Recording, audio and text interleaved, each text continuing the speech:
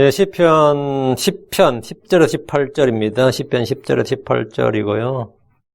시편입니다. 시편 10절. 지난 시간에 9절까지 했나 보네요. 10절, 18절. 오늘 주께서 그것을 보셨나이다. 10장 10편 14절 같이 읽습니다. 주께서 그것을 보셨나이다. 주께서는 해악과 악의를 바라보시며 주의 손으로 그것을 벌하시나이다. 가난한 자가 자기를 주께 맡기나니 주는 아버지 없는 자를 돕는 분이시니이다. 주께서 그것을 보셨나이다. 주님께서는 감찰하시는 하나님, 하나님께서 모든 걸 들으시고 모든 걸 보시고 그래야지 모든 걸 심판하시죠. 주께서 그것을 보셨나이다. 오늘 공부할 시편은 계속해서 시편입니다. 하나님 이 땅에서 일어나는 모든 일을 다 보십니다. 사람들은 하나님이 계셔도 보지 않으신다. 보긴 하셔도 관여하지 않으신다고 생각합니다. 하나님께서 개개인의 어떤 사업, 개개인의 어떤 일들을 다 관여하시고 일일이 간섭하시고 그런 건 아니다. 이렇게 생각한다고요. 설령 신이 존재하더라도 신이 사람의 모든 일을 다 간섭하고 통제하는 일은 없다는 것이 일반적인 생각입니다. 그런 게 이제 사람들이 신관이죠, 신관. 그러나 하나님은 사람들의 모든 말을 들으시고 모든 걸음을 하시며 모든 생각과 모든 상상을 하시고 모든 행동을 달아보시는 분입니다. 주께서는 방관자가 아닙니다. 주께서 말씀하셨습니다. 시편 94편 9절에 귀를 심으신 분께도 듣지 아니하시랴 눈을 빚으신 분께도 보지 아니하시랴. 하나님은 사람들의 모든 행동을 눈여겨보시고 그들이 한 일들을 다 기록하시는 분입니다.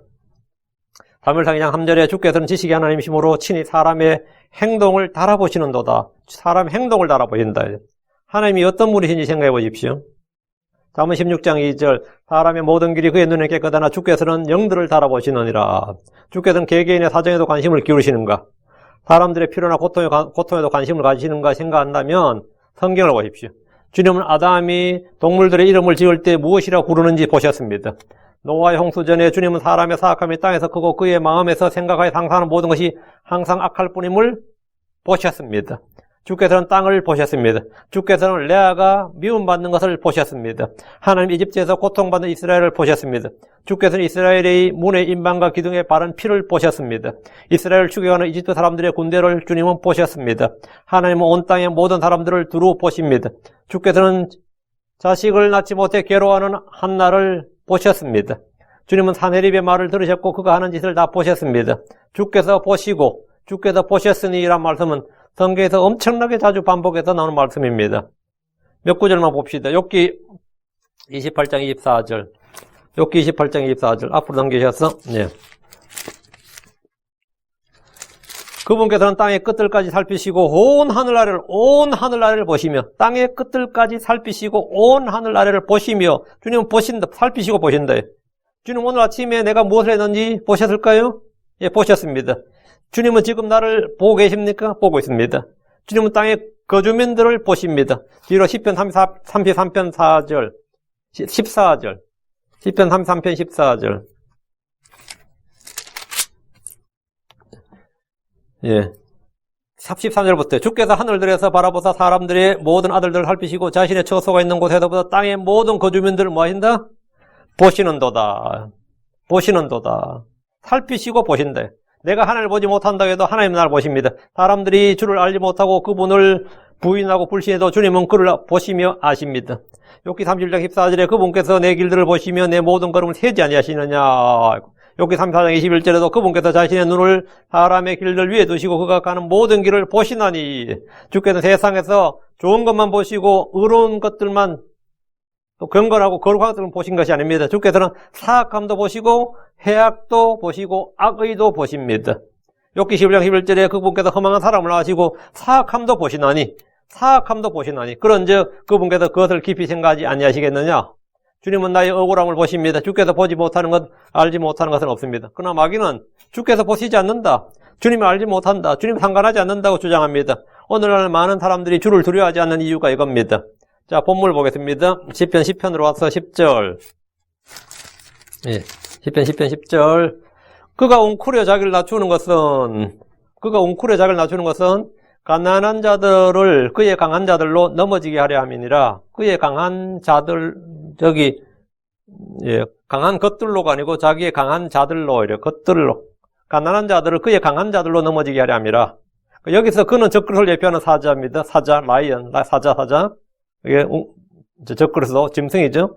예수님은 유다지파의 사자입니다. 마귀는 자기를 높이는 자에 교만한 자인데 웅크려 자기를 낮추었다는 것은 은밀히 누군가를 덮치기 위해서, 노력하기 위해서입니다. 저는 사자나 표범 같은 고양이과 동물들이 사냥하는 영상을 여러 번 본 적이 있습니다. 사자는 사냥감을 보면 웅크려서 자기를 낮추고 은밀하게 접근합니다. 은밀하게.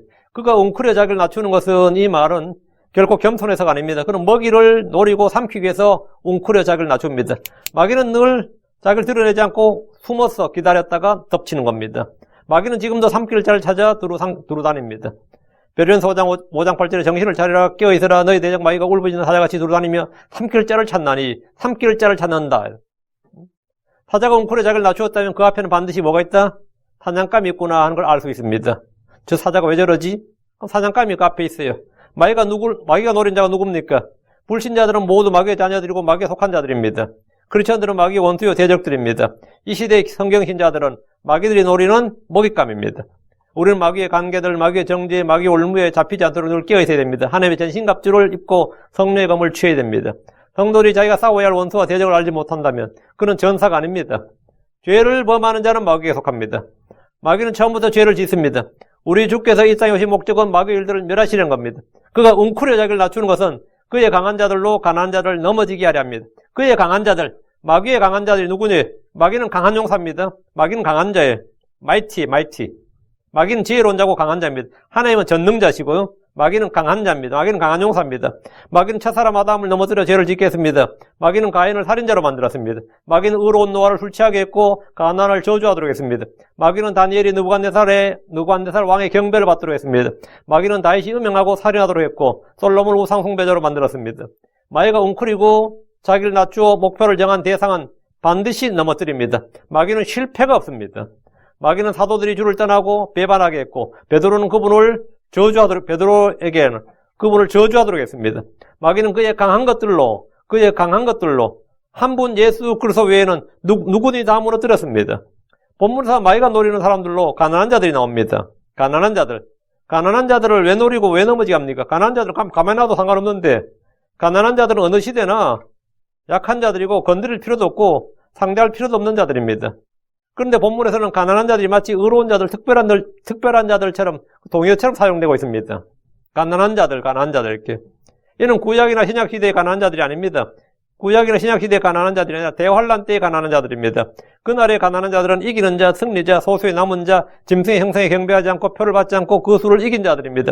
그들은 끝까지 대환란이 끝날 때까지 견디는 자들입니다. 그가 가난한 자들을 그의 강한 자들로 넘어지게 한다는 것은 이 세상의 권력자들과 군대와 경찰과 공무원은 물론이고 모든 힘을 동원해서 그들을 잡아들이고 죽이려 한다는 겁니다. 그의 강한 자들로 넘어지게 한다 이거예요. 그날에 성도들은 모두 먹고 살기도 힘들 만큼 가난한 자들입니다. 그날에 11절입니다. 그가 마음속으로 말하기를 하나님이 잊으셨고 그분께서는 그분의 얼굴을 가리시나니 그분은 결코 그것을 보지 아니하시리라. 거짓말이죠. 여기서 그는 앞에 나온 그 사악한 자입니다. 그 사악한 자는 하나님이 잊으셨다고 말합니다. 이는 하나님의 신성과 인격성을 완전히 부정하는 말로서 옛날 근대 철학에 니체 같은 사람 생각나시죠? 볼테르 같은 사람. 신은 죽었다. 이렇게. 하나님이 잊으셨고 이 말은 신은 없다. 신은 하나님이 잊으셨다. 그 말은 신은 죽었다고 한 것과 같은 말입니다. 근대 인문주의 철학자들이 인본주의, 휴머니즘, 그리스 철학이 이제 막 복고풍이라고 그러죠. 고대 그리스 철학, 인문주의 철학이 막 득세할 때, 중세 신학이 이제 부정되고 인문주의가 복고풍이 불면서 인문주의 철학이 득세할 때 철학자들은 사람들의 마음속에 하나님을 몰아내기 위해서 최선을 다했습니다. 하나님은 없다. 하나님은 존재하되, 하도 몇천 년을 하나님을 믿어왔는데 하나님이 없다 그러니까 안 먹힐 거 아니에요. 하나님은 존재하되 사람의 일에는 관여하지 않는다. 이게 이제 그 당시 가르침이었어요. 신은 존재하지 않는다. 이렇게 이제 무신론이고, 신은 존재해도 이미 죽었다. 그게 니체가 가르치는 거고, 신이 있다면 우리가 그 신을 죽여야 한다. 그게 볼테르가 가르친 거예요. 응? 신이 있으면 안 된다. 설령 있다면 우리는 그걸 죽여야 된다. 신을 어떻게 죽여? 우리 마음속에다 신에 대한 의식, 신에 대한 믿음, 이런 걸 파괴해야 된다는 말이겠죠? 우린 신을 죽여야 한다. 그렇게 극언을 한 이들도 있었습니다. 이것이 바로 본문이 말하는 바 마귀의 사상 철학입니다. 그가 마음속으로 말하기를 하나님은 잊으셨고 그분께서 그분의 얼굴을 가리시나니 이 말은 하나님은 사실 우리의 의식 속에 사람들의 마음속에 만들어낸 것이지 허상이지 실체가 아니다 이거예요. 이 땅에는 마귀의 사역자들이 많이 있습니다. 그래서 그들은 하나님이 잊으셨고 그분께서 그분 얼굴을 가리시나니 그분께서 그분 얼굴을 가리시나니만 그 말은 뭐냐? 그분은 사람의 일에는 관여하지 않는다 이거예요. 사람의 일은 관심도 없고 쳐다보지도 않는다. 그게 뭐냐? 하나님이 잊으셨고 그분께서 그분 얼굴을 가리시나니 이 말입니다. 하나님과 세상, 하나님과 사람 사이에 그 인격적 관계성을 끊어놓으려는 말입니다. 이게 마귀의 술책이죠. 하나님께서 그분의 얼굴을 가리신다는 것은 그분은 세상 일이나 세상 사람들의 삶에 아무런 관여를 하지 않는다. 너희가 아무리 기도하고 부르짖어도 그거는 그냥 너희가 그냥 하는 것이지 사실 하나님께 닿거나 하나님과 관계없는 것이다. 그게 종교다 이거죠. 그래서 종교는 민중의 아편이다 그러면 이런 게 막 퍼지기 시작한 거예요. 그러므로 사람은 하나님의 도움이나 하나님의 힘을 의지할 것이 아니라 스스로 운명을 개척하고 삶을 주도적으로 개척해야 한다. 긍정적 사고방식, 적극적 마인드, 적극적 사고방식을 가지고 이렇게 살아야 된다. 뭐 이런 거예요. 이런 것들이 이제 교회 내에 막 스며들기 시작한 거 막 스며드는 정도가 아니라 막 흘러들어왔죠. 물론 하나님께서 우상을 숭배하고 불법을 행하는 이스라엘 양의 자신의 얼굴을 숨기신다는 말씀이 있습니다. 하나님께서 그분의 얼굴을 가리시는 것은 징계요, 심판이지 뭐 영원히 버리신다, 인간 세상을 외면한다는 뜻이 아닙니다. 주께서 그분의 얼굴을 가리신 것은 징계를 통해서 그 사람들의 죄와 잘못을 깨닫고 회개케 하려는 것이 목적입니다. 다시 11절. 그분은 결코 그것을 보지 아니하시리라. 마귀는 웅크린 사자처럼 일어나서 가난한 자들을 죽이면서도 전혀 양심의 가책을 받거나 심판에 대한 두려움이 없습니다. 의인들을 죽이고 잡아 죽이고 뭐 이렇게 해도 그분께서 결코 그것을 보지 아니하시리라. 하늘이 두렵지 않습니까? 하늘이 어디 있는데? 하나님이 두렵지 않느냐? 그런 게 어디 있느냐고. 뭐 이런 거죠. 그분은 결코 그것을 보지 아니하시리라. 나는 존재한다고 믿지도 않지만 설령 존재한다 해도 하나님은 그걸 보지 않아. 이거예요. 주께서는 그가 행하는 일을 결코 보지 않을 것이라고 합니다. 마귀는 자기가 하는 일에 간섭하거나 통제하거나 감찰하시는 분이 없다고 합니다. 그러나 이는 오류입니다. 그분은 결코 그것을 보지 아니하시리라. 이 말은 그의 희망사항일 뿐이지 하나님은 다 보고 계십니다. 하나님은 마귀가 에덴에서 사람이 한 일을 보셨고 아셨습니다. 하나님은 마귀의 계략과 관계에 대해서 너무나 잘 아십니다. 마귀는 속이는 자입니다. 그는 거짓이압입니다. 그는 살인자입니다. 그는 양들을 죽이고 멸하러 왔습니다. 그는 대적자입니다. 그는 참수하는 자입니다. 그는 위선자입니다. 그는 복음의 빛이 사람들의 마음에 비치지 못하도록 가리는 자입니다. 그는 주 하나님을 흉내내는 위조자입니다. 그는 자신을 빛의 천사로 가장하는 자입니다. 우리는 그의 계략들에 대해서 무지해서는 안 됩니다. 12절. 일어나소서 오 주여, 오 하나님이여, 주의 손을 드소서, 겸손한 자를 잊지 마옵소서. 이것은 다윗의 기도입니다. 일어나소서 오 주여, 이 말은 주의 재림, 주의 원수들을 물리치고 이 땅에 하늘의 왕국을 세울 것을 구하는 기도입니다. 지금 주께서는 하늘의 왕좌에 앉아 계십니다. 왕좌에서 일어나시라는 것은 일하시고 싸울 때란 뜻입니다. 이제는 이 땅으로 내려와서 재림하실 때, 약속의 말씀대로 이 땅에 왕국을 세우실 때다 이 말이에요. 예. 시편에서 일어나소서란 말이 나올 때면 그것은 언제나 주의 재림을 구하는 기도입니다. 주여 일어나소서 하면 뭡니까? 앉아 계시지 말고 누워 계시지 말고 일어나소서 뭐예요? 깨어나소서 일어나소서 하면 다 재림을 구하는 기도예요. 오 하나님이여 주의 손을 드소서. 몸의 지체들 중에서 손은 뭐죠? 손을 든다. 손은 일을 담당합니다. 손을 내민다고 하면 도움을 준다, 화해를 한다는 뜻입니다. 손으로 내리신다 그러면 심판이죠. 주의 손을 내어 얹으셨다고 하면 복을 주셨다는 말입니다.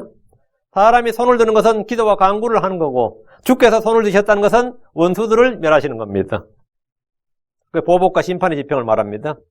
겸손한 자를 잊지 마옵소서 했는데 겸손한 자를 잊지 말라는 것은 겸손한 자의 부르짖음을 잊지 말라는 겁니다.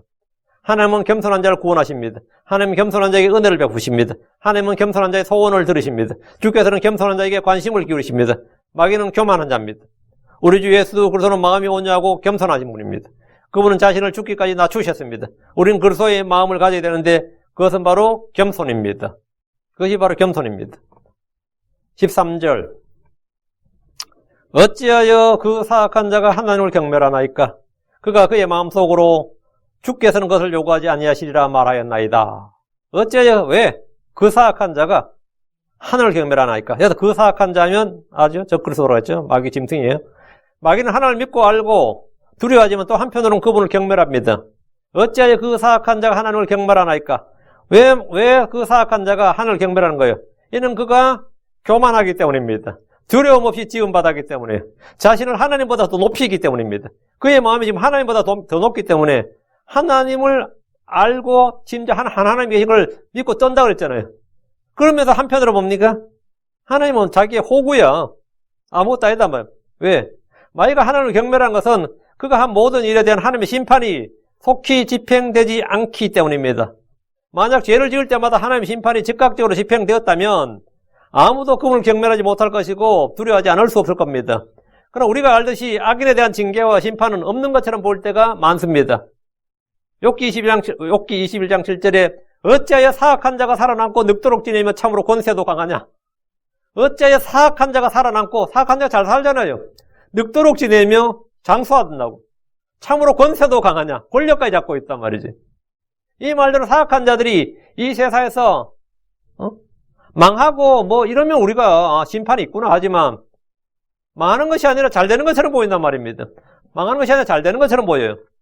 사탄도 마찬가지입니다. 그는 지금도 이 현 세상의 통치자입니다. 그는 이 세상의 왕이에요. 임금이라고요. 그는 공중권세 잡은 통치자입니다. 그는 두려울 것이 없는 자로서 잘 살고 있습니다.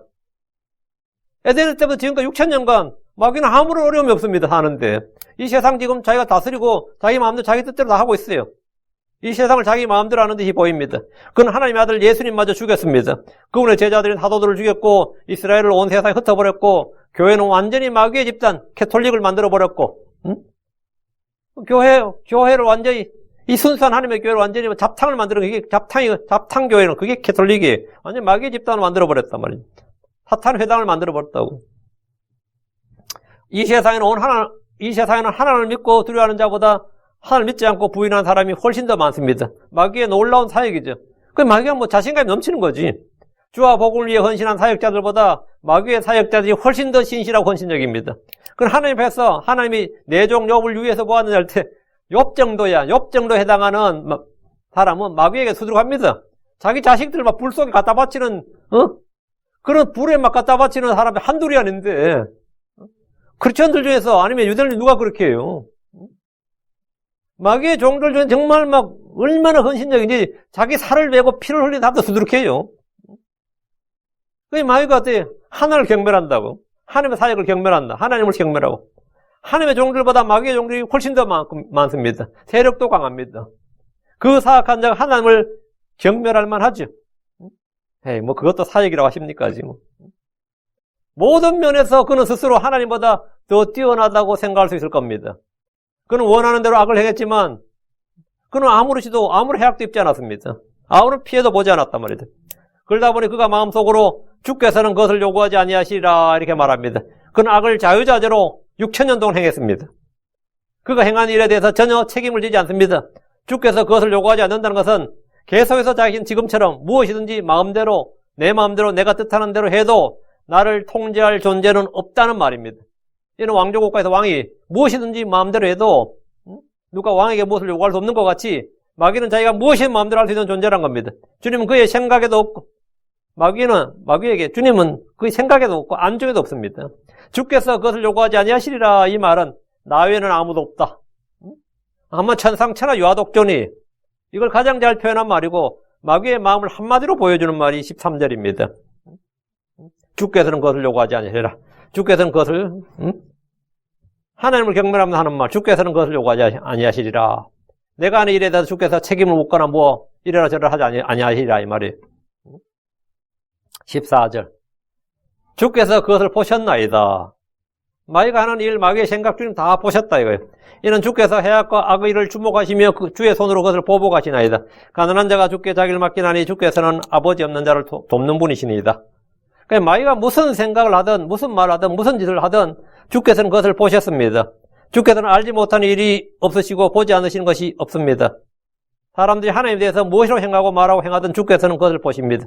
마귀든 사람이든 하나님의 눈에서 자신의 생각과 자신의 일을 숨길 수 없습니다. 성경 말하기를 시편 102편 19절 그분께서 자신의 높은 성소에서부터 내려다보시되 주께서 하늘에서부터 땅을 살펴보셨나니 주께서는 보시는 정도가 아니라 주목해서 보시고 살펴보십니다.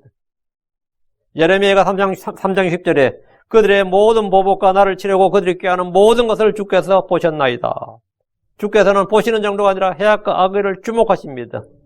하나님은 저 사악한 자가 하는 짓을 주목하고 계시며 그가 행한 대로 모두 보복하십니다. 주의 손으로 그것을 보복하시나이다. 사탄이 받을 심판은 끝없이 깊은 구덩이에 천년 동안 갇히는 겁니다. 그 후에 잠시 풀려났다가 그는 하늘에서 내려온 불이 그를 삼킵니다. 마귀와 그 짐승과 거짓된 언자는 불과 유황호수에 던져져서 영원 뭉서록 밤낮으로 고통을 받습니다. 이것이 그에 대한 주의 손이 행한 보복입니다. 마귀에 동조한 천년왕국의 백성들 역시 불로 삼킴을 당하고 불과 유황호수에 던져집니다. 다시 14절. 가난한 자가 주께 자기를 맡기나니 가난한 자가 주께 자기를 맡기나니 주께서는 아버지 없는 자를 돕는 분이시니다. 이미 여러 번 말씀드렸듯이 그리스도 안에서는 가난한 자와 부자의 차별이나 구별이 없습니다. 하나님은 사람을 외모로 차별하지 않습니다. 가난한 자라고 해서 부자들보다 더 선하거나 더 의롭거나 더 심성이 좋거나 더 거룩하거나 믿음이 좋은 게 아닙니다. 만약 가난한 자들이 그렇다면 노숙자들은 다 그리쳐야 되겠죠. 노숙자들은 다 그리쳐야 되겠지만 전혀 그렇지 않습니다. 부자들이라고 해서 가난한 자들보다 더 탐욕스럽다거나 악하다는 것은 편견입니다. 그거는 편견이에요. 사람의 본성은 외모와 관련 없이 다 똑같습니다. 부자든 가난한 자든 남자든 여자든 큰 자든 작은 자든 사람의 본성은 다 사악하고 다 더럽고 다 똑같아요. 가난한 자가 주께 자기를 맡기나니 이 말은 가난한 자가 그리쳐야 된다는 말이 전혀 아닙니다. 이 시대에 적용되지는 말이 아닙니다. 가난하다고 해서 복음을 더 잘 믿을 것 같으면 우리는 가난한 자들을 집중적으로 전도하겠죠. 노숙자들은 모두 그리쳐야 되고 아버지 없는 자들이나 병자들이나 과부들의 절대 다수가 그리쳐야 되었을 겁니다. 그러나 그렇지 않습니다. 본문이 말한 가난한 자들은 대환란 때 그 짐승을 피해서 적그리스도를 피해서 도망하고 짐승의 표를 받지 않고 그 형상에 경배하지 않으므로 물건도 사고 팔 수 없어서 줄이는 절대 빈곤에 빠진 가난한 자들, 의로 인해 고난받는 가난한 자들입니다. 이들은 대환란 때 줄임과 갈증과 헐벗음으로 생명의 위협을 받지만 그럼에도 자기를 주께 맡긴다는 겁니다. 이들이 주께 맡긴다고. 이들은 믿음과 행함이 있는 사람들이지. 이들은 끝까지 견디는 자들입니다. 그 가난한 자의 자기를 주께 맡기나니 이 말이에요. 다시 14절. 주께서는 아버지 없는 자를 돕는 분이시니다. 이 말씀을 교리적으로 자기에게 적용해서 이 고아원을 세운 분도 있고 평생 고아들을 위해 헌신한 사역자도 있습니다. 주께서는 아버지 없는 자를 돕는 분이시니다. 이 말씀을 의지해서 고아원 사역을 했다면 훌륭한 거지. 성도들이 이런 본문의 영적 조명을 받고 가난한 자들을 돕고 고아들을 돕는 사역을 한다면 그건 매우 선한 일이고 그 일은 선한 일이고 그건 하나님의 뜻대로 잘한 일이에요. 그건 의로운 일을 한 겁니다. 그의 의는 영원히 지속될 겁니다. 전쟁 고아를 돕는 것은 너무나 훌륭한 일입니다. 본문의 정확한 교리적 예언적 의미는 이겁니다. 주 예수 그리스도의 믿음으로 인해 가족이 원수가 되고 아버지가 아들을 자식이 자기 부모를 대적하여 일어나 죽게 할 때에 하나님은 그 피해자들, 그들을 돕는다는 말입니다. 대환란 때 이런 가족들이 많습니다. 간혹 요즘도 무슬림들 중에서 이 아이가 예수를 믿음으로 영국에 무슬림들이 엄청 많아요. LA에 뭐 유색인종이 백인보다 많다 그러죠. 우리도 이 부근에 보면 백인 보는 가 힘들단 말이지. 런던에는 무슬림이 엄청 많아요. 흑인도 엄청 많고 백인이 오히려 다 외곽으로 다 빠져나가고. 무슬림이 런던 시장이잖아요 지금. 런던 지금 무슬림이 런던 시장이에요. 그 런던에 로망을 가지고 여행 갔던 사람 전부 다 기겁하잖아. 완전히 기겁하지. 응? 근데 이제 영국에 왔으니까 어쨌든 무슬림들이 자기 정체성을 안 버리고 계속 무슬림이 되는데 애들 중에서는 이제 학교도 가고 하다 보니까 예수 믿는 애들이 나타나는 거죠. 그럼 명예살인이 일어난다고요. 부모가 애를 죽여. 예수를 믿었다고. 그 무슬림 중에서 아이가 예수를 믿음으로써 죽기도 하고 집에서 쫓겨나기도 하고 이런 피해자들이 속출하고 있습니다. 여러분 이런 소식을 들은 적이 있을 겁니다. 여자애가 뭐 믿었다가 오빠한테 죽었다 뭐 이런 그런 것도 보셨을 거예요. 요즘은 인터넷도 있고 뭐 이게 정보가 많이 노출되다 보니까 무슬림들 중에서 이제 예수 믿는 사람들 막 나타나고 심지어 그런 서클도 본 적이 있어요. 미국 내도 예수 믿는 무슬림들 그런 단체가 있더라고요. 근데 밖으로 표출을 못해. 표출하면 위해를 당하니까. 근데 대환란 때는 이런 일이 일상이에요. 마가복음 13장 신약으로 마가복음 13장 12절. 그리고 이들은 이렇게 죽이는 거를 하나님의 비즈니스로 하나님의 일이라고 생각해요. 마가복음 13장 12절. 네. 이제 형제가 형제를 아버지가 아들을 배반하고 넘겨주어 죽게 하며 자식들이 자기 부모를 대적하여 일어나 그들을 죽게 하랴. 이게 마가복음 13장이 마태복음 13장, 마태복음 24장, 25장 같이 대환란장이라고요. 이게 대환란장이란 말이지. 이제 형제가 형제를 아버지가 아들을 배반하고 넘겨주어 죽게 하며 그 가족과 이 내추럴 어펙션이 사라지는 거예요. 그러니까 뭐 마음대로 이런 일이 발생하는 거죠. 자식들이 자기 부모를 대적하여 일어나 그들을 죽게 하리라. 하나님은 믿음으로 인해 버림받은 자, 죽임을 당한 자들을 뭐한다? 돕는다 이거예요. 돕습니다. 다시 시편으로 와서 시편 15절. 주께서는 그 사악한 자, 즉 그 악한 사람의 팔을 꺾어서 여기 15절을 여기는 좀 고치셔야 돼요. 주께서 사악한 자와 악한 사람의 팔을 꺾어서 사악한 자와 악한 사람의 엔드를 이제 와 이렇게 둘로 했는데 이게 아니고 이때 엔드는 즉이란 뜻입니다. 그 사악한 자, 즉 그 악한 사람, 사악한 자, 악한 사람이 같은 거예요. 동격이에요. 주께서 그 사악한 자, 즉 그 악한 사람의 팔을 꺾으소서. 주께서 찾을 수 없을 때까지 그의 사악함을 찾아서. 뒤에 보면 그의 사악함이 되어 있죠. 그들의 사악함이 아니고 그의 사악함이잖아요. 그러니까 단수라고. 그 말은 뭐죠? 앞에가 두 사람이 아니라 한 사람이란 뜻이라요. 이해되시죠? 주께서 그 사악한 자, 즉 그 악한 사람의 팔을 꺾으소서. 주께서 찾을 수 없을 때까지 그의 사악함을 찾으소서. 이랬죠. 그 사악한 자, 그 악한 사람은 동일 인물이라고요. 이 구절에서 우리말 성경 이제 뭐 한키든 험정역이든 뭐 다 사악한 자와 악한 사람을 두 명으로 번역했지만 이 문장을 잘못 파악한 겁니다. 그 사악한 자와 그 악한 사람은 한 명입니다. 그 사악한 자, 즉 그 악한 사람은 계시록에 나오는 그 짐승, 적그리스도를 가리키는 말입니다. 이는 뒤에 그들이 아니라 그 히라고 단수로 받고 있다는 사실에서 분명하게 확증할 수 있습니다. 주께서는 그 사악한 자, 즉 그 악한 사람의 팔을 꺾어달라는 기도. 이 기도는 스가랴 11장 17절의 예언과 정확히 일치합니다. 자, 스가랴 11장 17절 한번 잠깐 뒤로 넘겨서 우리 예전에 이거 다 이제 우리 교회에서 다 배웠어요. 이제 스가랴 소선지서 하실 때 오셨던 분은 이제 이 스가랴 11장 17절 할 때 이 구절을 우상 목자에 대한 적그리스도에 대한 예언으로 해서 이제 밑줄이 성경 여러분 지금 성경 사진 밑줄 다 쳐져 있을 거예요. 이 구절이 스가랴 11장 17절 그 양떼를 버리고 우상 목자이고 화가 있을지어다. 선한 목자는 예수님이죠. 우상 목자는 적그리스도죠. 그 양떼를 버리고 우상 목자이고 화가 있을지어다. 칼이 그의 팔과 그의 오른쪽 눈에 이 말이니 그의 팔이 깨끗이 마르고 그의 오른쪽 눈이 완전히 어둡게 되리라. 그의 오른쪽 눈이 완전히 어둡게 된다. 한쪽 눈이 완전히 실명하는 거죠. 그의 팔이 깨끗이 마르고 이게 팔이 꺾이고 그 악한 사람의 팔을 꺾어서서인데 이게 바로 이 구절이죠. 그의 팔이 깨끗이 마르고 그의 팔이 칼에 이제 뭐 암살 시도가 있었던 것 같은데 그의 팔이 깨끗이 마르고 그 한 팔을 못 쓰게 된 거죠. 그 선한 목자는 양들 위해 자기 생명을 내놓는 주 예수님입니다.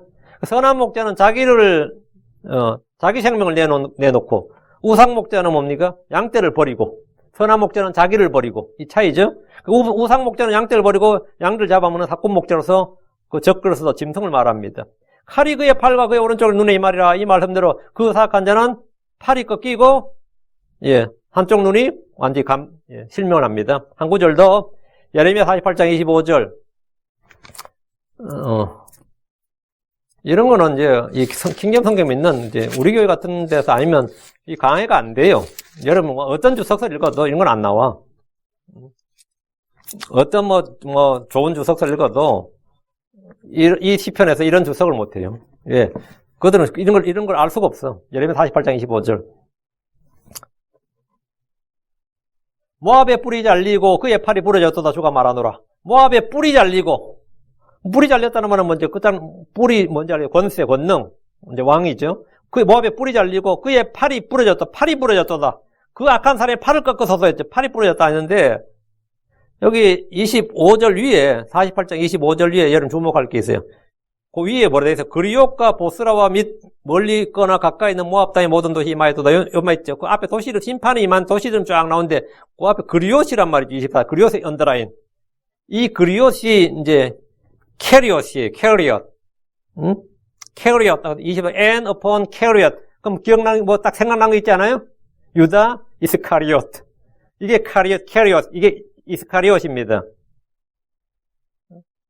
그 캐리엇 하면 이제 이게 뭐냐면 이제 놀라운 말씀이 있어요. 예. 예수님의 제자들 중에 유다 이스카리옷이 뜻이 뭔지 아시죠? 이스카리옷이 뭐냐면 캐리엇 사람이란 뜻입니다. 이스카리엇. 캐리엇 사람 이 말이에요. 그 이스카리ot이 바로 여기 사람이에요. 그 예수를 배반한 가룟 사람, 유다는 뭐였어요? 마귀였습니다. 너희 중 하나는 마귀니라 했어요. 그래서 예수를 배반 후에 목을 매달아 죽었는데 거꾸로 떨어져서 하필이면 거꾸로 떨어져서 배가 터진 걸로 복음서에 나오죠. 배가 터질 정도면 대가리, 머리가 깨진 건 뭐 말할 필요도 없는 것이고 팔도 당연히 꺾어진 거죠. 그러니까 머리가 깨진 건 뭐 달리 말할 필요도 없고 팔이 부러진 건 덤입니다. 계시록에서는 그의 팔과 오른쪽 눈이 칼로 상하는데 팔이 깨끗이 마르고 눈은 완전히 어둡게 됩니다. 다윗이 기도한 그대로 그 사악한 자, 그 악한 사람의 팔이 꺾여서 불구가 되는 겁니다. 그 악한 사람의 팔을 꺾어서. 그 다윗이 어떤 개인적으로 자기 원수나 자기가 미워하는 사람 팔을 꺾어달라고 저렇게 기도한 거 아니고 그런 이야기가 전혀 아니에요. 이거 모두 다 적글 소유가 관한 거예요. 예언의 말씀이라고. 그 성경에 시편에 나오는 저주의 시편이라든가 이런 거는 보복의 시편, 저주의 시편을 할 때 그 시편은 전혀 이 개인에 적용할 수 있는 게 아닙니다. 전부 다 그거는 이 세대와 대상을 잘 구분해야 됩니다. 다시 15절, 시편 15절. 주께서 찾을 수 없을 때까지 그의 사악함을 찾으소서. 주께서 마귀가 흘린 모든 피, 그가 행한 모든 거지 사악함을 다 찾아내시고 그에 합당한 보복, 심판을 집행하십니다. 하나님은 마귀와 그의 전사를 위해서 영존하는 불을 준비해 두셨고, 그리고 그들이 더 이상 이 땅에 존재하지 않도록 하십니다. 나중에 이제 시편 계속 나오면 뒤에 보면 계속 나와요. 그들이 he was not, he is not 이렇게 나와요. 아무리 찾아도 그건 없었다. 어디 간 거예요? 불못에 던져진 거야. 그 주께서 찾을 수 없을 때까지 그의 사악함을 찾아서 완전히 심판해서 멸해버린다 이 말이죠. 16절. 주는 영원 무궁토록 왕이시오. 이교도들이 그분의 땅에서 나와 멸망하리나. 얘도 좀 여러분 중요한 이런 것도 하나하나가 이제 진짜 한 땀 한 땀을 잘 성경을 봐야 됩니다. 주께서는 영원 무궁토록 왕이시니 이교도들이 그분의 땅에서 멸망했도다. 지금 형제 이래 됐죠. 그분의 땅에서 이거를 언더라인자 하시고 언더라인이나 위를 쭉 긋으세요. 그게 아닙니다. 그분의 땅에서 나와 멸망하였나이다. out of his land예요. in his land가 아니고 out of his land. 이 흠전역 번역 때는 out of만 나오면 정신을 못 차려요. out of his land 나면 그분의 땅 밖에서, 그분의 땅에서 나와 out of 출처를 나타내죠. 그분의 땅에서 멸망하였나이다 아니고 그분의 땅 밖에서, 땅에서 나와 멸망하였나이다. 한글 성경들은 모두 in his land예요. 그분의 땅에서 he in으로 번역했는데 in이 아닙니다. out of his land예요. 정반대로 번역한 겁니다. 그래서 이제 우리가 이제 이 바른 성경이 좀 필요합니다. 주께서는 영원 몽토록 왕이시오. 주께서 영원 몽토록 왕이시오. 이건 뭐 하늘의 왕국에서 하늘의 왕이, 지금도 하늘의 왕이죠. 지금도 주님 성도들의 왕이고 하늘의 왕국에서 왕인데, 만왕의 왕이 만주해 주신데, 주께서는 영원토록, 이때 이 말은 뭐냐면, 이 땅에서 한 왕국을 세우셔서 왕이 되시는 그 이야기단 말이에요. 주께서 의의 왕이고 평강의 왕이고 성도들의 왕이시고 이스라엘 왕이시고 하늘의 왕이시고 유대인들의 왕이시고 땅의 왕이시고 영광의 왕이시고 영원 봉토록 왕이시다. 뭐 저 다음엔이지. 주는 나의 왕이십니다. 초림 때 주님은 종의 형체를 입으시고 종으로서 섬기셨어요. 왕으로서 섬김 받거나 통치하신 게 아니라 종으로서 섬기고 종의 형체를 입고 오셨어요. 그러나 재림 때 주님은 왕으로서 온 땅을 통치하십니다. 성경에서 그분의 백성, 그분의 땅이라 하면 이스라엘과 그들의 상속물인 가나안 땅입니다. 이교도들이 그분의 땅 밖에서 멸망하였나이다. 그분의 땅에서 나와 멸망하였나이다. out of his land 이랬는데 이 말씀은 구약이나 신약에서 조금 더 적용될 수 없는 말입니다. 왜 그렇죠? 이교도들은 여호수아 시대 때부터 구약 전 시대와 신약 시대 지금까지 사사기는 물론이고 그분의 땅에서 망한 적이 없고 그분의 땅에서 나와서 망한 적도 없습니다. 어느 시대나 이교도들은 그분의 땅 안에서 망한 게 아니라 오히려 상주하고 있고 득세하고 있습니다. 이교도들이 그분의 땅 밖으로 나온 거 out of his land가 아니라 into his land예요. 그분의 땅 안으로 들어갔어요. 아시리아인들은 이교도들인 아시리아는 이스라엘 땅으로 들어가서 이스라엘을 멸망시켰습니다. 그리고 이스라엘을 오히려 뭐라면 그분의 땅에서 흩어버렸지. 이스라엘이 out of his land가 됐다고. 이교도들이 out of his land가 아니고 바빌론은 그분의 땅으로 들어가서 유다를 멸망시켰고 유다를 바빌론으로 끌고 왔죠. 유대인들이 out of his land가 된 거예요. 이교도들이 out of his land가. 이교도들이 into his land. 그분의 땅 안으로 들어가서 오히려 유대인들을 out of his land야. 그 다음에는 페르시아, 그리스, 로마가 그분의 땅 안으로 들어왔습니다. 자, 그리스가 들어왔어요. 그리스는 물론 알렉산더는 그분 들어왔지만 망했어요. 이교도들이 그분의 땅 안에서 망했냐? 안 망했지. 로마가 그분의 땅 안으로 들어왔어요. 그때 디아스포라가 일어났습니다. 유대인들이 그분의 땅 밖으로 나와서 망했습니다. 그렇죠? 지금 성경 말씀하고 이거는 구약이나 신약에서 해당 사항이 없는 말씀이라고. 중세의 무슬림들이 그분의 땅 안으로 예루살렘으로 들어왔어요. 그게 뭐죠? 무슬림들이 그분의 땅에 들어오니까 유럽의 크리스천 캐톨릭이 분노해서 한 게 십자군 전쟁이에요. 그 무슬림들을 그분의 땅에서 몰아내자. 그 이교도들이 그분의 땅으로 들어와서 망했어요, 안 망했어요? 안 망하고 그 땅을 차지했습니다. 그 십자군 전쟁 물론 처음엔 이겼지만 그 다음은 다 졌어요. 그 십자군 전쟁은 그 땅에는 이교도들을 몰아내서 멸하자. 아웃 오브 히즈 랜드 이걸 목표로 했는데 성공하지 못했습니다. 지금도 가나안 땅의 대부분은 이교도들이 그분의 땅으로 들어서 그 땅을 차지하고 있고 지금 이스라엘 영토는 경상북도 땅 정도 크기밖에 안 됩니다. 응? 땅 크기 별로 안 돼요. 나머지 다 이교도들이 그 땅에 살고 있습니다. 그 경상북도 정도 되는 땅에서도 이스라엘 주민들의 15%는 이교도들이에요. 지금 현재도. 예루살렘도 지금 이스라엘은 3분의 1밖에 못 차지하고 있습니다. 예루살렘의 대부분도 이교도들이 그분의 땅, 인히즈랜드에는 지금부터 이교도들이 거주하고 있고, 이교도들이 망하기는 뭘 망해.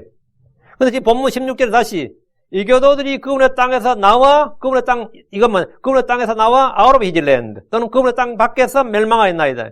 많은 주석가들이 이 구절을 해석이 안 되는 거야. 구약에서도 이건 적용이 안 되고, 신약에서 적용이 안 되는 거야. 그분의 땅에서 멸망이 안 되잖아. 그 땅 밖에서 멸망이, 그것도 말이 안 되잖아요.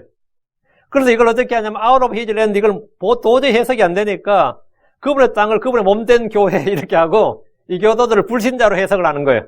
그래서 예수 그리스도를 믿지 않는 자들은 예수 그리스도 몸 밖에서, 교회 밖에서, 주꾼의 몸된 교회 안에 들어있지 않으니까, 그리스도 밖에, 아웃 오브 히즈랜드를 그분의 몸 밖에, 그분의 교회 밖에서 나와서, 지옥에 멸망한다. 이런 식으로 이제 영적, 비유적, 은유적 해석을 한 거예요.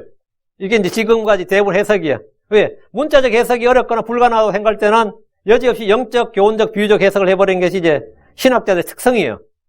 본문에서 이교도들이 그분의 땅에서 나와서 멸망했다는 것은 이거는 교리적, 예언적 말씀이지 역사적 말씀이 아닙니다. 역사적으로 이런 적이 없어요. 구약도 신약도. 이교도들이 그분의 땅에서 나와서 멸망하는 게 언제죠? 대환란 때도 예루살렘은 영적으로 소돔과 이집트라고 불립니다. 주님께서 말씀하셨잖아요. 계시록 11장 가보세요. 대환란 때라고 해서 대환란 때 예루살렘을 누가 점령하는데요? 당연히 적그리스도가 점령해요. 이교도들이 점령한다고. 계시록 11장 8절에 보면 예루살렘은 영적으로 소돔과 이집트라 불린다고 그랬고 11장 2절 11장 2절 성전 밖에 있는 뜰을 내버려두고 청량하지 말라. 그것을 이방인들에게 주셨은즉 그들이 그 거룩한 도시를 42달 동안 발로 짓밟으리라. 42달 동안 이교도들이 그 성전 밖을 예루살렘을 짓밟는다고. 주께서 영원 뭉토로 왕이신데 왕제에 앉으실 왕국은 어디에 있고 그 왕국은 언제 시작되고 그 왕국에서 나와서 멸망할 이교도들은 어디에 있습니까? 아마겟돈 전쟁 때 무기토에 몰려든 왕들과 2억의 기병들이 모두 멸망하고 그분의 땅에 있는 모든 이교도들이 그곳에서 쫓겨나와서 멸망합니다. 언제? 무기토 전쟁이 끝난 후에요. 아마겟돈 전쟁이 끝난 후에 아마겟돈이 어딘지 아시죠? 예, 갈릴리하고 사마리아 그 사이, 거기에 사이에요. 갈릴리 아래 사마리아 그 땅. 거기서 전쟁이 나서 그들이 다 죽임을 당하고 이교도들이 그때는 유대인들이 디아스포라처럼 아니면 바빌론 때 아니면 아시리아 때처럼 이교도들이 들어오고 유대인들이 그때에서 쫓겨나는 게 아니라 그때 주님께서 오셔서 그들을 멸하시고 유대 땅에 들어온 그분의 땅에 들어왔던 모든 이교도들이 뭐라고? 그 땅 그분 아웃 오브 히즈랜드 그분 땅에서 다 쫓겨나는 거예요. 응? 그래서 그 이교도들이 그분의 땅에서 나와서 멸망한다고. 그러면 뭐 간단하죠. 문자적으로 해석이 딱 되죠. 그분의 땅에 있는 모든 이교도들이 그곳에서 쫓겨나서 멸망합니다. 이제 더 이상 그분의 땅에는 이교도들이 갈 수 있다 없다? 당연히 없죠. 주님이 친히 왕좌 앉아 다스린데 이교도가 존재할 수가 있어 없어요? 당연히 없죠. 이교도들은 예루살렘뿐 아니라 그분의 땅에서 쫓겨나며 그분의 땅 밖에서 다 멸망합니다. 문자 그대로. 그리고 하늘의 왕국에서는 이 땅에 그분의 땅, 그 예루살렘 땅 말고, 예루살렘과 가나안 땅 말고, 팔레스타인 땅 말고, 이 지구상의 모든 이교도들이 다 멸망합니다. 그날에는 이 땅에 다양한 종교가 있을 수가 없습니다. 딱 한 종교만 있을 수 있습니다. 하나님을 믿는 딱 한 종교만 있을 수 있다고. 천년 동안에는 무슬림도 없고, 캐톨릭도 없고, 티베트 종교도 없고, 힌두교도 없고, 어떤 종교도 없어요. 불교도 없고, 유교도 없어요. 딱 한 종교만 있습니다. 하나님, 살아계신 하나님, 주 예수를 섬긴 딱 한 종교만 있다고.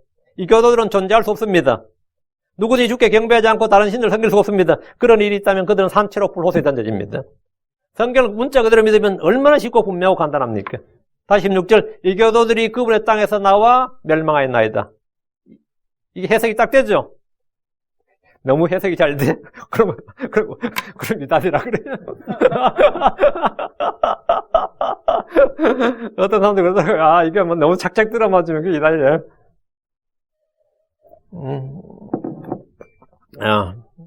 이건 성경이 문자적으로 정확히 해야 돼요. 성경이. 근데 지금 우리 이제 흠정에서 이렇게 번역되어 있으면 이거는 이 진리를 발견할 수가 없습니다. 이것은 그분이 친히 다스릴 왕국에서 성취될 말씀입니다. 킹잼 성경의 out of his land를 우리말 성경에 in his land로 바꿔 번역해버리면 이 모든 영적 조명은 다 사라집니다. 이 진리는 싹 다 사라지고 없어집니다. 이 진리는 킹잼 성경을 문자 그대로 믿는 성경 신자들이 아니라면 현대 어떤 유명한 주석가들, 어떤 신학자들을 만나도 결코 깨닫지 못할 겁니다. 이건 뭐 제가 똑똑하단 말이 아닙니다. 하나님의 말씀이 얼마나 장무한가를 제가 지금 말씀드린 거예요. 17절입니다. 주여, 주께서는 겸손한 자들의 소원을 들으셨나이다. 주께서는 그들의 마음을 예비하시며 주께서는 주의 귀를 기울이시리다. 겸손은 우리 주 예수로의 마음이라고 했죠. 겸손은 우리 주 예수로의 마음입니다. 우리 주님께서 마태복음 11장 19절에 했어요. 나는 마음이 온유하고 겸손하니 너희 위에 내 멍을 메고 내게 배우라. 그리하면 너희가 너희 혼을 위한 안식을 찾으리라. 하나님은 겸손한 자에게 더 많은 은혜를 주십니다. 하나님은 겸손한 자들을 높이십니다. 야고보 4장 10절에 주의 눈앞에서 스스로 겸손하라. 그리하면 그분께서 너희를 높이시리라. 또 베드로전서 5장 6절에도 그러므로 하나님의 강한 손 밑에서 스스로 겸손하라. 그리하면 정하신 때에 그분께서 너희를 높이시리라. 겸손이 뭡니까? 겸손이 그냥 뭐 손을 싹싹 빌면서 그냥 비굴하게 하는 게 겸손이 아닙니다. 주 앞에서 자신을 정확히 아는 것, 주 앞에서 자신을 정확히 알고 주께서 나를 평가하시는 그대로 내가 나를 보는 것이 그 자세로 포지션을 취하는 게 겸손이에요. 제가 어떨 때 우리한테 어떨 때 좀 기대할 때가 있어요. 니는 이번에 어디 가라 이렇게 어디 갔으면 좋겠다 그러면 그래. 아빠 나 그만큼 똑똑하지 않아요. 그래. 아빠 기대하는 만큼 똑똑하지 않대. 우리 학교 나보다 똑똑한 사람 훨씬 많대. 그래서 내가 그게 겸손이다. 네가 네 자신의 포지션을 상당히 정확히 알고 있구나. 그래서 저는 그 나이 때 안 그랬거든요. 사실 더 똑똑한 줄 알았어. 선생님이 날 평가하는 것보다 내가 더 똑똑한 줄 알았어. 선생님이 날 잘 모르네 이래 생각했다고. 선생님 나보고 어디 가라 그러면 나를 어디 그렇게밖에 안 보나 이래 생각했다고. 그게 교만이야. 응? 내 자신을 내가 과대평가하는 거야. 근데 또 어떤 사람 자기 자신의 능력보다 또 지나치게 과소평가하는 사람 물론 있는데 겸손이 뭐냐면 자기가 자신을 평가하는 것, 남이 나를 평가하는 그게 아니고 주님이 나를 어떻게 보시는가에 맞추어서 성경이 나를 보시는 데 맞추어서 내가 그러하다는 사실을 인정하는 거예요. 그러니까 주 앞에서 자신을 정확히 아는 건데 주 앞에서 나는 뭐다? 최선의 상태에서도 헛될 뿐이며 나는 재와 티끌에 불과한 존재이며 풀과 같고 바람과 같으며 벌레와 같고 다 더해도 허무보다 가볍고 내 의는 누더기와 같고 내 안에고 내 육신 안에 선한 것이 거하지 않고 내 마음은 부패하고 극도로 사악하고 모든 것보다 거짓되고 주 없이는 내가 아무것도 아니고 주 없이는 내가 아무것도 할 수 없고 하나님의 은혜가 아니라면 나는 nothing에 불과하다. 이 사실을 인정하고 그걸 시인하고 내가 전적으로 totally agree 하나님의 말씀에 agre하면 그게 뭐다고요? 성경에 말하는 겸손이에요. 그게 겸손한 사람이야. 나 맞다고. 내가 바로 정확히 그런 사람이야. 나는 정말 그런 사람입니다. 누가 나에 대해서 아무리 높여주고 내가 스스로 생각해도 난 그렇지 않은 것 같아도 주의 말씀에 따르면 나는 정말로 그러한 사람입니다. 이게 겸손이에요. 주께서 나의 머리시고 나의 뿌리시고 그건 없이 나는 아무것도 할 수 없다는 사실을 인정하는 것이 뭐다? 겸손이에요. 주께서는 그 겸손한 자의 소원을 들으셨습니다. 주께서는 그들의 마음을 예비하시며 주께서는 주의 귀를 기울이십니다. 주께서 귀를 기울이시는 것은 그들의 기도와 그들의 음성에 귀를 기울이신다는 말입니다. 주의 눈, 주의 귀는 겸손한 자들에게 언제나 열려 있습니다. 18절입니다. 아버지 없는 자들과 학대받는 자들을 위하여 재판하사. 여기 언더라인 재판하사. 아버지 없는 자들과 학대받는 자들을 위하여 재판하사. 땅이 그 사람이 더 이상 학대하지 못하리이다. 땅의 그 사람은 언더라인. 땅의 그 사람이 누굴 것 같아요? 예, 마귀입니다. 성육신한 마귀지. 한마디로 적그리스도란 말이에요. 이 땅에 사람을 꼰 사람의 모습을 하고 있는 짐승. 사실은 짐승이야. 사실은 마귀인데 우리가 볼 때 뭐라고? 사람이야. 슈퍼스타지. 자기가 자신을 하나로 높이는 사람, 항상 땅의 그 사람이. 하늘의 그 사람이 누구죠? 예수님이죠. 예수님도 분명히 사람이에요. 그런데 사람이 아니죠. 본래 하나님이죠.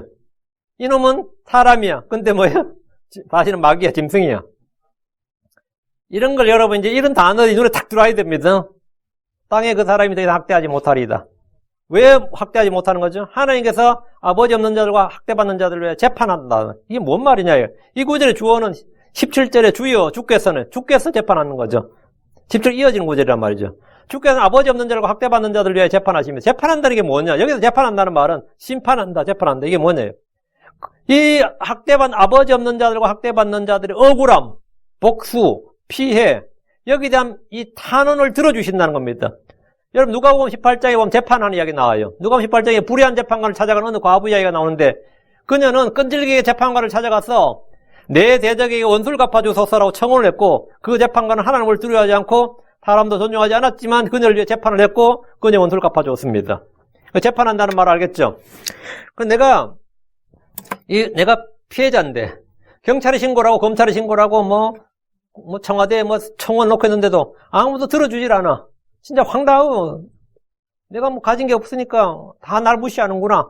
이런데 내가 딱 신고를 했더니만 경찰, 검찰이 막 즉각적으로 움직여. 어때요? 야, 이거 완전 놀라운 일이지. 그리고 즉각적으로 움직일 뿐만 아니라 그 안건을 재판을 해부해. 그 경찰, 검찰 조사한 그걸 이제 재판에 해부하잖아요. 거기다 심판을 재판 결과가 재판이 나온단 말이지. 그래, 피해 보상을 하라든지, 어떻게 하라, 이게 재판이 나오면, 그 사법부가 살아있다 그러죠. 정의가 살아있다 그러단 말이지. 이 불의한 재판관도 이 과부가 제발 나의 사안에 대해서 감찰해 주시고, 이걸 조사해서 재판에 좀 해부해달라고, 그러다 판결을 내려달라는 거 아니에요. 판결을 내라. 그 판결을 내려달라, 이거예요. 아버지 없는 자고 학대받는 자들을 위해서 재판장이신 하나님께서 그냥 무관심하게 내버리는 게 아니라 바로 재판한다고. 근데 어떤 사건은 말이죠. 2년, 3년이 지나도 아직 1심도 안 열리는 재판도 있어요. 응? 지금 한국도 문재인시 이제 3월 9일이 한국이 지금 선거일이잖아요. 조국 씨 오늘 신문에 봤는데 2년 몇 개월이었는데 아직도 1심도 안 열렸대. 재판이 그 신고하고 그 조사한 지가 언젠데 재판이 안 열리는 거야. 응? 그럼 사람 뒤집어지죠. 재판 자체가 안 열린다고. 재판이 안 열리니까 방위 피해 보상해 줄 일도 없고 책임질 사람도 없는 거지. 근데 주님께서 아버지 없는 자들과 학대받는 자들을 위해서 재판하시는 것은 이들이 받은 피해를 판결을 해준단 말이에요. 회복해주고 원수를 갚아주시는 재판을 하신다 이 말입니다. 세상에서도 약자들과 피해자 구제를 위한 경찰, 검찰 조사가 시작되고 그게 이제 사법부에서 재판을 시작하면 정의구현이라고 감격합니다. 감격해요. 그때 아무리 그걸 외쳐도 말 안 듣을 때는 드디어 이제 재판이 시작됐다. 그래서 저는 살인자들을 단죄하고 말이죠. 국가에서 피해 보상이 이루어지고 하면 전부 정의사회 구현됐다 그러고 난리치죠. 우리 하나님께서 드디어 아버지 없는 자가 학대받는 자들에서 재판을 시작했단 말이에요. 이 재판에서 가해자의 모든 죄와 불법이 드러나고 그에 따른 징벌이 부과될 것이고 피해자들에 대한 구제와 보상이 이루어질 겁니다. 이 재판에 대해서 불의한 재판이니 뇌물 먹었느니 구분 재판이니 할 수 있어요? 하나님 재판장인데, 응? 하나님의 재판은 1심이 최종심이요. 1심이 3심까지 가는 거예요. 1심이 최종판이고 1심이 이 판결에는 누구도 의의를 제기할 수가 없어요. 공평과 정의로 재판이 된단 말이죠. 그리고 하나님께서 그들에 대한 이 가해자들에는 징벌이 부과될 것이고 피해자들에서는 구제와 보상이 이루어질 겁니다. 주께서 재판하시면 땅에 그 사람이 더 이상 학대하지 못합니다. 재판이 시작되니까. 왜? 심판이 있단 말이죠. 땅에 그 사람이란 그 사악한 자, 짐승, 적그릇을 말합니다. 재판의 다른 말이 심판입니다. 하나님께서 아버지 없는 자들과 학대받는 자들을 위해서 심판하시면 땅에 그 사람은 더 이상 아무도 학대할 수 없을 뿐 아니라 악을 행할 수 없게 됩니다. 하나님의 의와 화평이 통치하기 때문입니다. 이건 이제 좀 더 그냥 단순하게 하려면 그냥 아버지 없는 자를 학대받는 자를 심판하사 하는 게 재판보다 심판하사 하는 게 좀 더 빨리 와닿네요. 의미는. 이거는 심판하사로 고칠게요. 예, 재판하사보다 심판하사. 땅에 그 사람이 더 이상 학대하지 못하리라. 그럼 당연히 땅에 그 사람이 더 이상 활개치거나 학대하지 못합니다. 왜? 주께서 심판하시니까요. 예.